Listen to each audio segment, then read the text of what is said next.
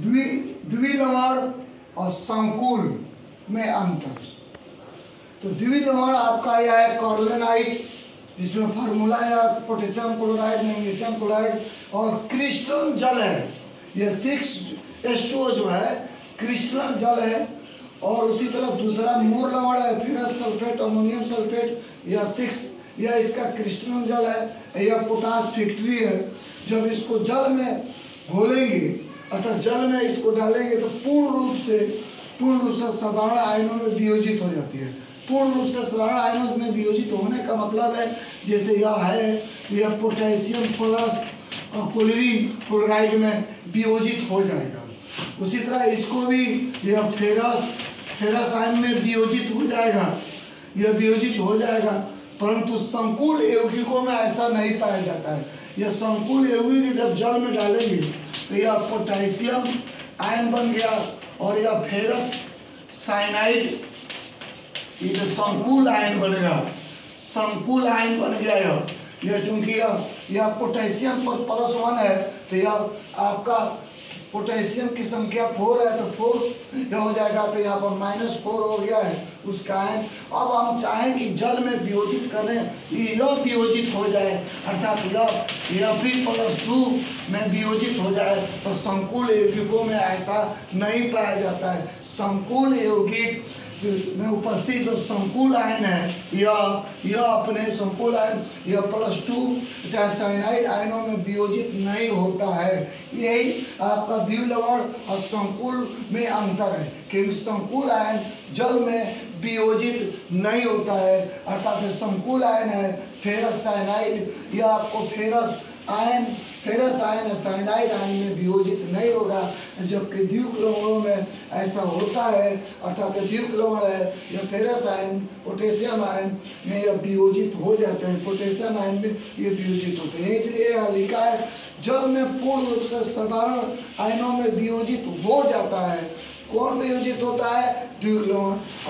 और कौन वियोजित नहीं होता है?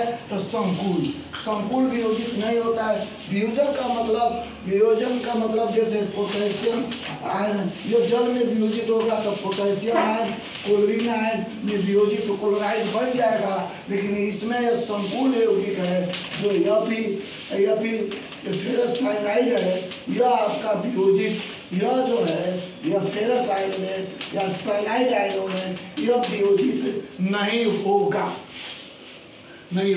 यही संकुल द्विलवण संकुल में अंतर। देखिए यहाँ आप लोग यहाँ देखिए उप सहसंयोजन संख्या। तो उप सहसंयोजन संख्या कैसे निकालते हैं संकुल यौगिकों चाहे आयनों में?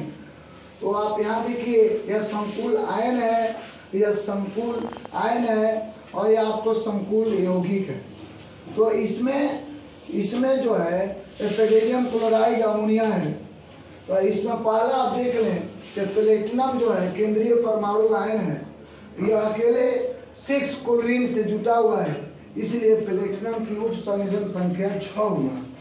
और द्वितीय संयोजकता भी इस संकुल आयन का 6 हुआ, क्योंकि रूल यह है कि जितना सहसंयोजन संख्या होता है उतना ही द्वितीय संयोजकता भी होता है। क्योंकि प्लेटिनम यहाँ केंद्रीय परमाणु है और जो अकेले 6 क्लोरीन से जुटा हुआ है, इसलिए प्लेटिनम की संयोजन संख्या 6 और इसके द्वितीय संयोजकता भी 6 हुआ।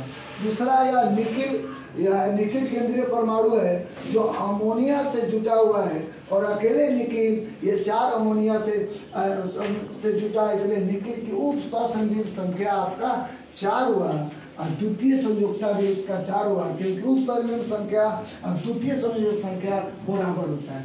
और तीसरा एग्जाम्पल है आपको संकुल यौगिक का है, पेडिलियम क्लोराइड है और अमोनिया से बना हुआ है। अब इसको सिल्वर क्लोराइड आयन में विलयन में बनाने पर 2 मोल आपको क्लोरीन आयन देता है, सिल्वर क्लोराइड देता है 2 मोल सिल्वर क्लोराइड देने के कारण, इसलिए यह जो पेडिलियम के साथ दोनों क्लोरीन है यह क्लोराइड आयन बन जाएगा। और तब उसके बाद यह अमोनिया है जो 4 है तो यहाँ 4 लिख दिया है। इसलिए प्लेटिनम जो केंद्रीय परमाणु है इसकी प्लेटिनम उप संयोजन संख्या अमोनिया के संख्या के बराबर होती है। तो प्लेटिनम जुटा हुआ है 4 अमोनिया से, इसलिए प्लेटिनम उप संयोजन संख्या 4 हुआ और द्वितीय संयोजकता भी इसका 4 हुआ। उसी तरह निकिल, यह निकिल क्लोराइड है, इसका क्रिस्टल नंबर 6 है और ये भी जब सिल्वर क्लोराइड आयन देता है जिसमें 2 क्लोराइड आयन होता है, इसलिए दोनों क्लोराइड आयन यहाँ पर है और ये आपको अकेले निकिल जल का H2O के 6 अणु से जुटा हुआ है, इसलिए निकिल जो जल के 6 अणु से जुटा है, इसलिए इस यौगिक में संकुल आयन में निकिल की उप संयोजन संख्या 6 हुआ और उप संयोजन संख्या के बराबर द्वितीय संयोजकता होता है, इसलिए द्वितीय संयोजकता संख्या भी आपका 6 हुआ। संकुल यौगिक है जिसको सिल्वर नाइट्रेट विलयन में घोलने पर सिल्वर क्लोराइड शून्य दे रहा है, इसलिए इसको हम ऐसे लिख देंगे। और इस तरह लिखने से प्लेटिनम जो केंद्रीय परमाणु है इसकी उप संयोजन संख्या में दोनों को ऐड कर लेंगे। या क्लोरीन 4 हाइड्रोक्लोराइड आपका 2, तो 4 या 2 मिलके हो गया 6, इसलिए उप संयोजन संख्या बराबर 6 और द्वितीय संयोजकता भी आपको 6 हो गया। और यह आपको है कोबाल्ट क्लोराइड अमोनिया, यह एक संकुल यौगिक है।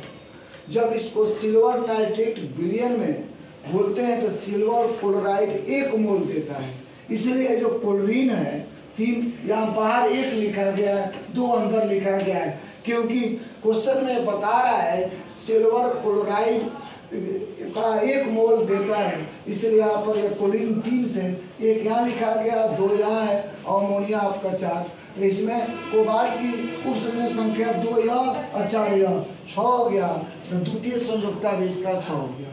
फिर उसी प्रकार यह भी एक संकुल यौगिक है।